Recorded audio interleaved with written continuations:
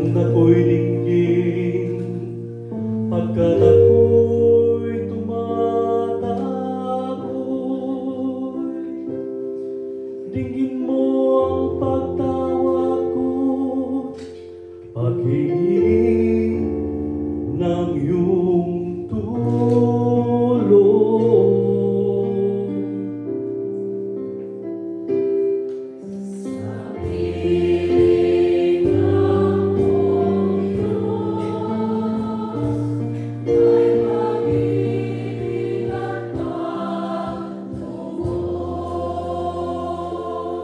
Kung ikaw ay may talaan itong aming kasalanan, lahat kami ay tatanggap ng hatol mong nakalaan. Ngunit iyong pinatawad, kasalanan ay nili mo. Pinatawad mo nga kami upang sa'yo ay matakot. Sa piling akong Diyos ay mag-ibig at patubos.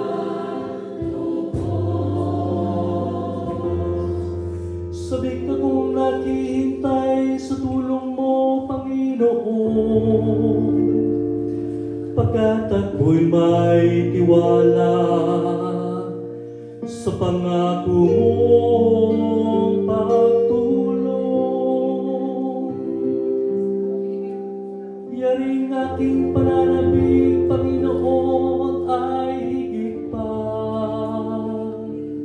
sa serenong naghihintay ng pagsapit ng umaga.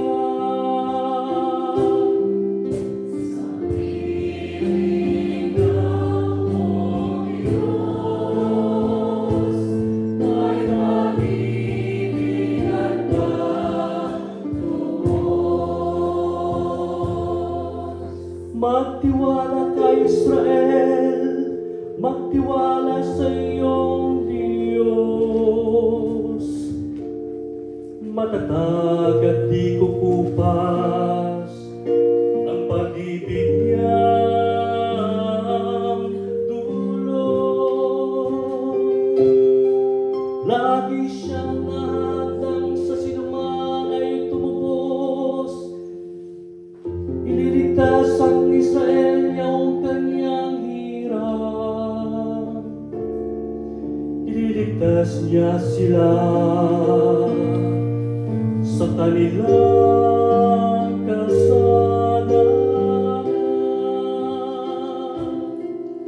Sa piling akong Diyos ay mag-ibig at patubos. Sa piling akong Diyos ay mag-ibig at patubos.